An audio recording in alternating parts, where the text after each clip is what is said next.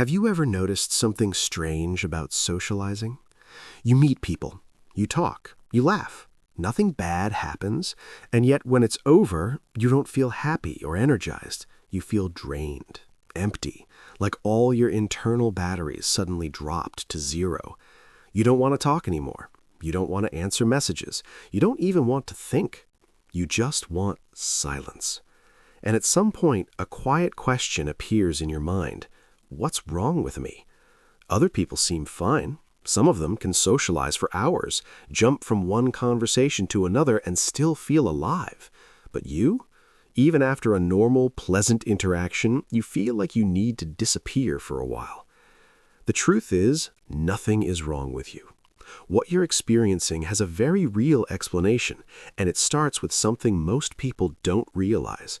Socializing is not rest for the brain. It's work. Deep, complex, energy-consuming work.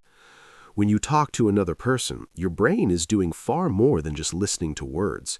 At the same time, it's analyzing tone of voice, reading facial expressions, interpreting body language, predicting reactions, choosing the right words, monitoring your own behavior, adjusting your emotions, following social rules. All of this happens simultaneously, every second. Your brain switches into a high-performance mode, activating multiple systems at once. Areas responsible for language, emotions, self-control, and social awareness all light up together. This requires a huge amount of energy. Glucose is burned faster. Neural resources are used intensely. So when the interaction ends, your brain doesn't feel bored. It feels tired. But why do some people feel energized after socializing, while others feel completely exhausted? A big part of the answer lies in how different nervous systems are wired.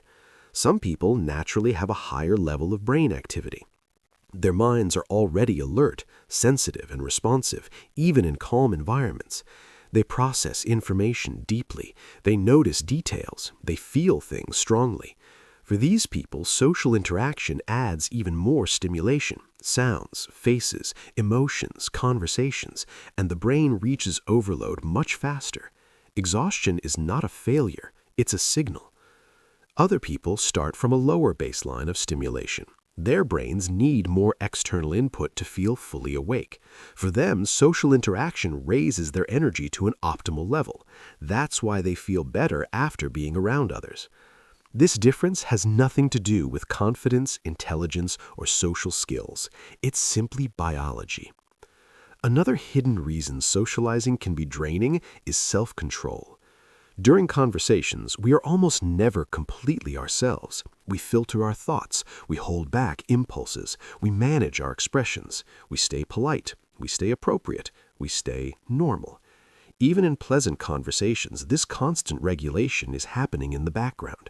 Self-control is not infinite. It's a limited resource. The longer you use it, the more depleted it becomes. That's why after socializing, even small things can feel overwhelming. Sounds become irritating. Questions feel heavy. Simple decisions feel harder than they should be.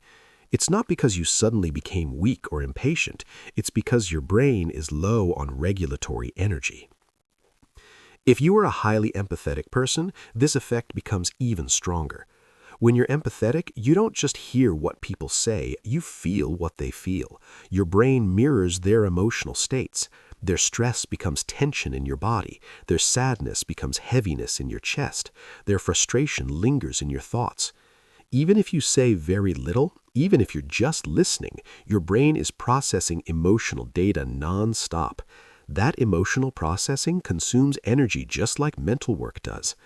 Sometimes social exhaustion is intensified by something even quieter, subtle social anxiety. Not panic, not fear, just a constant background monitoring. Am I coming across? Did that sound weird? What do they think of me?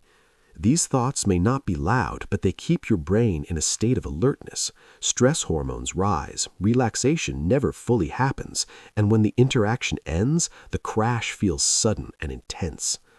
Modern life makes all of this worse. Our brains evolved for small groups and limited social exposure, but today, even when we're alone, we're surrounded by people. Messages, comments, notifications, social media, video calls. To the brain, digital interaction still counts as social interaction. There is no real off switch. That's why you can feel socially exhausted without even leaving your house. And that's why for some people, being alone is not loneliness, it's recovery. In silence, the brain stops scanning faces, stops interpreting emotions, stops regulating behavior. Stress levels drop, mental clarity slowly returns, energy rebuilds itself. Wanting solitude doesn't mean you dislike people. It means your nervous system needs space to reset. If you feel drained after socializing, it doesn't mean you're broken. It means your brain works deeply, carefully, and intensely. And when you learn to respect that, instead of fighting it, everything becomes lighter. That's what Life Decoded is about. Understanding how you're wired, listening to your energy, and realizing that your sensitivity isn't a weakness, it's information.